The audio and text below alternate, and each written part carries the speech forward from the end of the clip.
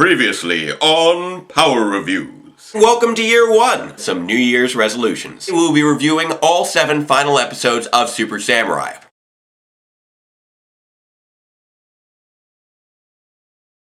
And now, Database Rangers Power Reviews. Salutations, enthusiasts of Ranger Series Esoterica, and welcome to Power Reviews. My name is Dr. K, and I will be performing today's analysis. Before exploring the themes present in today's installment, let us first quickly review the events leading up to it. For this, I direct your attention to my assistant, Database Ranger.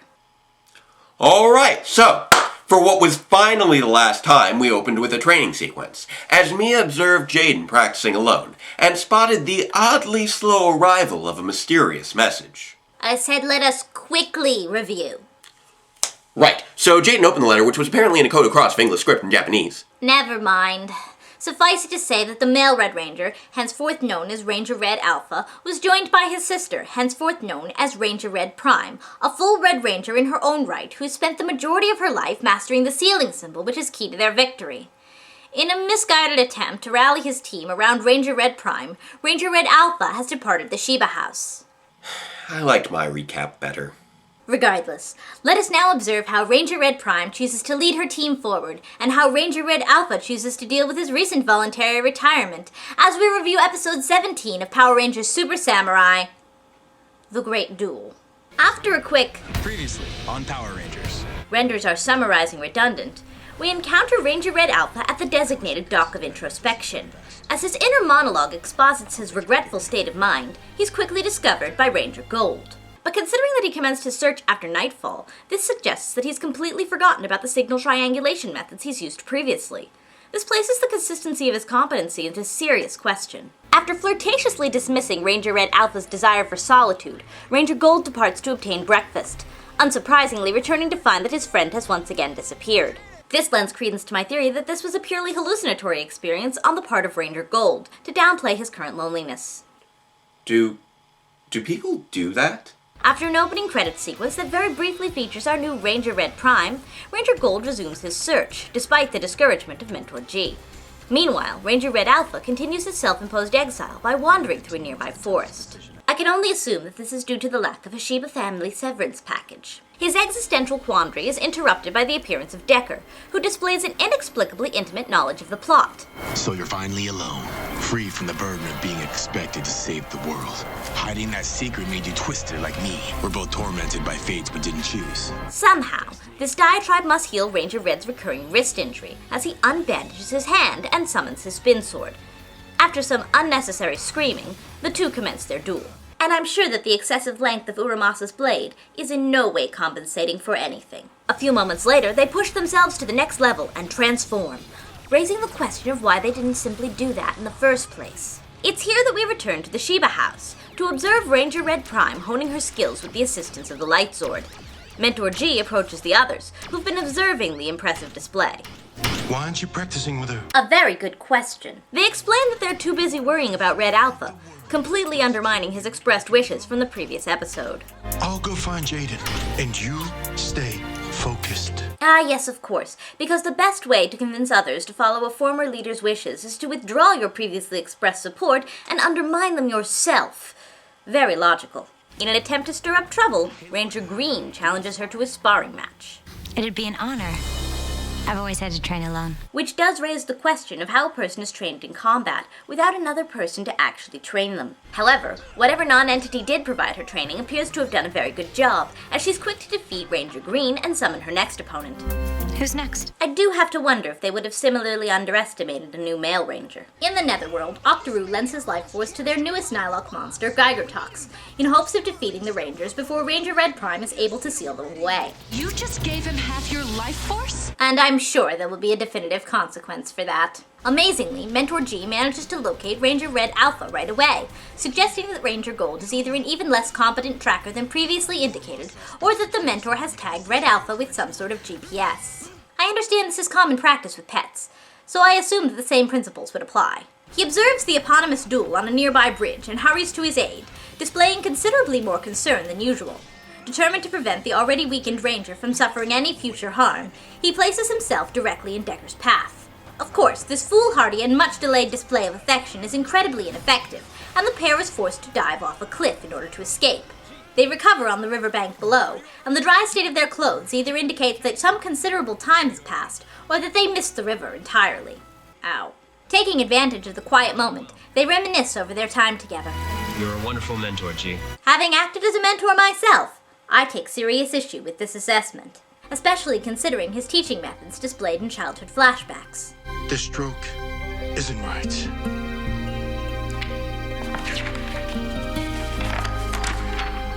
Do it again. I had a teacher like that once. More of a handler. I don't miss them. He tries to convince Ranger Red Alpha to give up on the battle with Decker, but it is clear his former ward will not be swayed, and neither will his opponent. So once again proving the inconsistency of his character, Mentor G tells him to finish the job and be done with it. During all of this, the other Rangers have been bonding over lunch, a questionably prepared meal from Ranger Pink. This tastes great. Given the reaction of the other Rangers, and Red Prime's reaction here, I can see that while the social atmosphere must have been far healthier in her training facility than mine was in the soup, the food must have been far worse. Taken aback, the others inquire after the new Ranger's habits and activities. I practice the ceiling power, I exercise, I train. A very good work ethic. I approve. Unfortunately, their meal is interrupted by the arrival of Geiger Talks, and they rush to the scene of the battle. I must say, I'm greatly interested in this map technology of theirs. They don't have the benefit of a dome, so they must have a great deal of individual sensors placed around the city. This has to require a great deal of maintenance. Ranger Gold is the first on the scene, though, and once again finds himself in a bizarre tentacle-related situation. Shortly after he's forced to demorph, the others rush to his aid, led by Ranger Red Prime. But watch out. That Nylock is stronger than anything we've ever fought before. Well, considering that they've already fought against both Sir Raider and Master Xandrid, I'm expecting either an incredibly difficult battle or an incredibly underwhelming finale. And although he seems to have the upper hand at first, Ranger Red Prime is able to quickly slice apart the creature's tendrils and defeat him with a super Bullzooka attack. So I'm assuming the latter. Predictably, Geiger Talks returns as a Mega Monster and combats the Rangers in their Battlewing Megazord, once again proving Ranger Gold's exaggeration as he is defeated by a flying slash attack.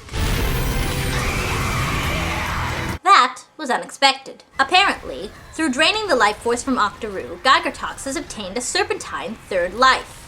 Although it initially appears as though this will provide some challenge, the formation of the Samurai Gigazord and its Mega Strike attack has no issue completing the task at hand. What I do take issue with, though, is that apart from Ranger Red Prime, who's obviously inherited her brother's discs, all auxiliary Zords are entrusted to male Rangers. Well, they did have an episode in the previous season where they designated who would be in charge of which disc, and the Beetle disc was originally supposed to go to Mia. And did they explain why it was ultimately entrusted to Ranger Green? Not really, no. Then my point stands. Moving on. Returning from their successfully completed mission, they discover an injured Ranger Gold, who had prioritized his fruitless search for Ranger Red Alpha over his personal health. They all roughly rush to his side to assist him, but are quickly interrupted by the arrival of their injured mentor.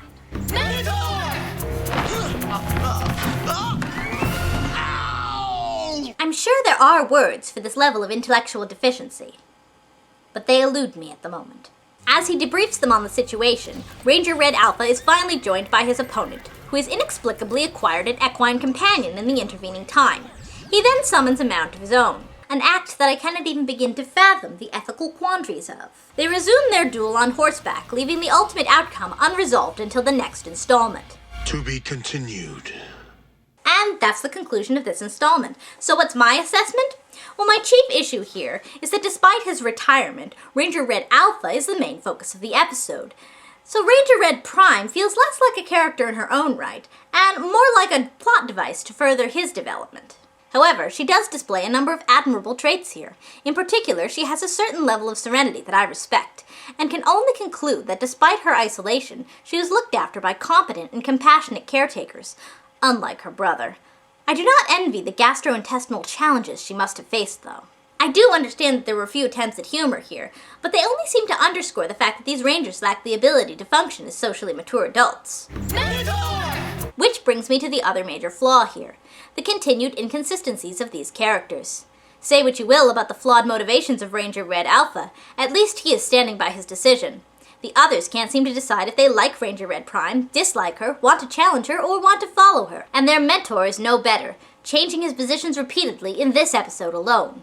Overall, although this episode does show a level of improvement over previous outings, I'm still not impressed by these Rangers, who seem to constantly underestimate their new leader's abilities, nor by their opponents, who must go to drastic measures to simply add an additional 90 seconds of challenge. So what did you think? I must admit, it was not an entirely unenjoyable experience. Well, I'm glad you enjoyed it, because next week I'm taking back the reins. Understood. I have plenty of my own work to get back to anyway. What are you always working on, anyway? I'm afraid that's strictly on a need-to-know basis. It's my apartment. I don't need to know? Correct. Fine, keep your secrets. It's not like you don't have plenty of your own. What? Oh, nothing. I was just saying that you have plenty of your own work to do. And if you ever require any additional insights for your reviews, I might not be entirely against that. Great to hear. Anywho, make sure to join us again next week when we get to see the thrilling conclusion to Jaden and Decker's battle in Evil Reborn. Until then... Ahem. Yes? May I? Sure. Until then, farewell, Ranger fans, and let the power protect you.